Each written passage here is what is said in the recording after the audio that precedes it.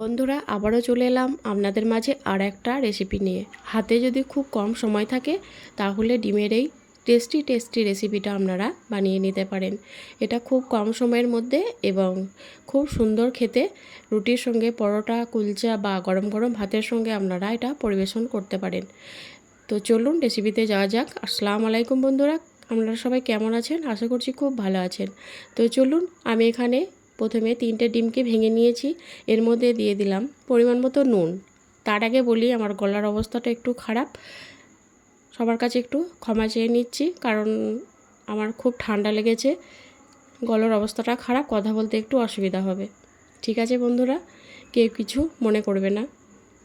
তো ডিমটাকে আমি খুব ভালো করে ফেটিয়ে নেব। কাঁটা চামচ দিয়ে একটা খুব সুন্দর করে ফেটিয়ে নিয়েছি।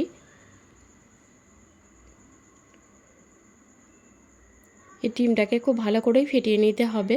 তো ডিমটা আমার ফেটানো হয়ে গেছে। এরপর আমি এখানে একটা ফ্রাই প্যান গরম করে নিয়েছি, খুব ভালো করে গরম করে নিয়েছি। এরপর আমি এখানে দিয়ে দিলাম 2 চামচের মতো তেল। আমি এখানে রান্নাটা সর্ষের তেলেই করব। তেলটাকে খুব ভালো করে গরম করে নিয়েছি। এরপর আমি এখানে ফেটিয়ে রাখা ডিমটা এর মধ্যে দিয়ে দেব। আমি এখানে 3টে ডিম নিয়েছি, আপনারা আপনাদের প্রয়োজন মতো বাড়িয়ে কমিয়ে নেবেন ডিমটা। ডিমটা এর মধ্যে দিয়ে দিলাম। এরপর আমি ডিমটাকে খুব ভালো করে ভেজে নেব।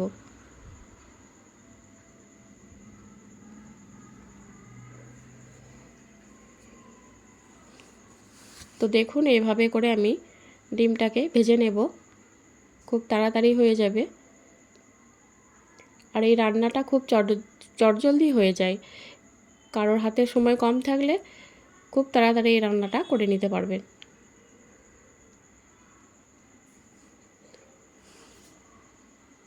তো দেখুন, ডিমটা আমি এইভাবে করে, ঠিক যেভাবে আমরা ভুজি বানাই সেভাবে ডিমটাকে আমি ভেজে নেব।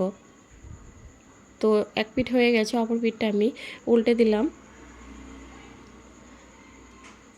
আমি এই কড়াইয়ের মধ্যেই ডিমটাকে এভাবে টুকরো টুকরো করে ভেঙে নেব। তো দেখুন,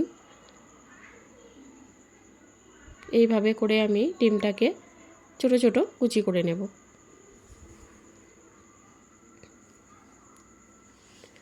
তো ডিমটা আমার ভাজা হয়ে গেছে, খুব ভালো করে ভেজে নিয়েছি। এরপর আমি ডিমটাকে প্লেটে উঠিয়ে নেব। তো প্লেটে উঠিয়ে নিয়েছি। এরপর আমি ওই ফ্রাই প্যানের মধ্যে দিয়ে দিলাম 3 চামচ পরিমাণ তেল।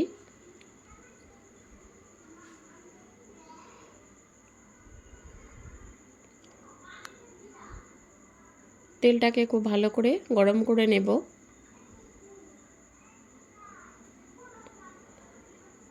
খুব ভালো করে গরম করে নিয়েছি। এরপর আমি এখানে দিয়ে দিলাম 3টে মাঝারি সাইজের কোচানো পেঁয়াজ।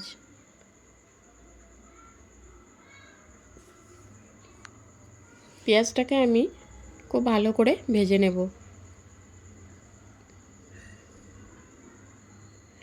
তেলের মধ্যে পেঁয়াজটাকে খুব সুন্দর করে ভেজে নেব।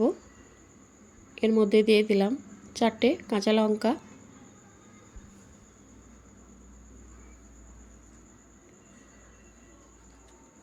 তো পেঁয়াজটা লাল হওয়া পর্যন্ত একটু অপেক্ষা করব।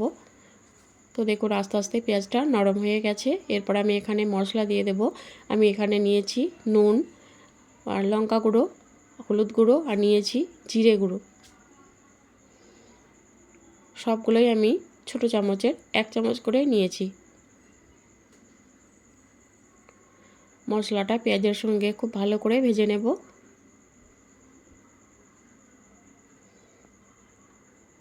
এরপর আমি এখানে দিয়ে দিলাম পানি। আমি এখানে মশলাটা ভেজে নেব, তার জন্য আমি এখানে 1 চামচের মতো দিয়ে দিলাম পানি, না হলে মশলাটা পুড়িয়ে যাওয়ার সম্ভাবনা থাকে।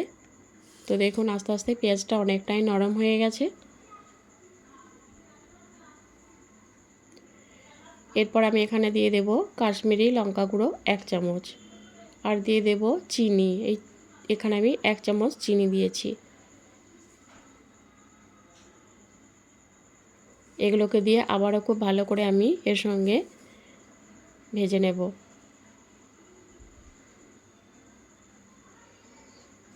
আস্তে আস্তে দেখুন পেঁয়াজটা অনেকটাই নরম হয়ে গেছে।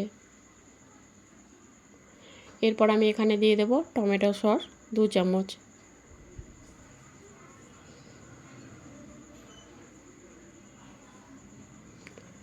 টমেটো সসটা দিয়ে আমি আবারও খুব ভালো করে নেড়েচেড়ে মিশিয়ে নেব। আর দেখুন পেঁয়াজটা প্রায় নরম হয়ে গেছে। আর এর থেকে তেল ছেড়ে দিয়েছে দেখুন। আর মশলাটাও খুব সুন্দর করে ভাজা হয়ে গেছে।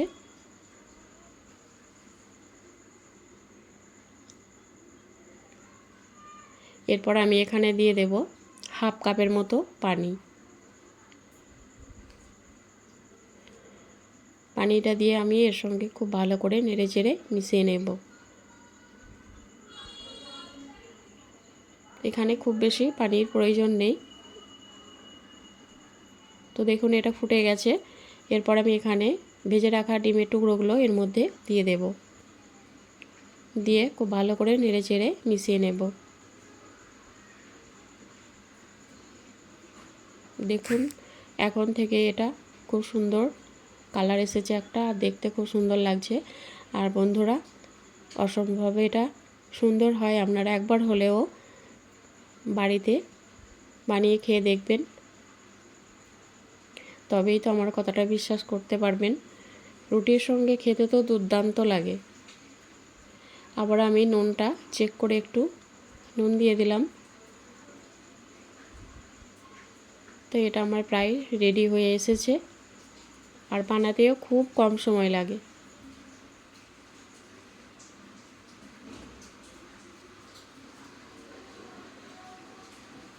দেখুন এটা আমার হয়ে গেছে।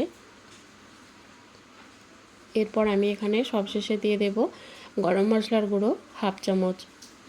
এখানে যেহেতু ডিমের তরকারি, তার জন্য আমি এখানে গরম মশলার গুঁড়ো দিয়ে দিলাম। তো এটা আমার প্রায় রেডি।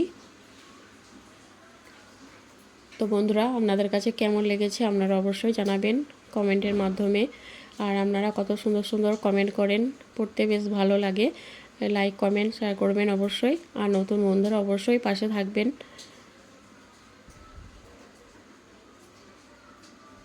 তো দেখুন দেখতে কতটা সুন্দর লাগছে, অনেক লোভনীয় হয়েছে।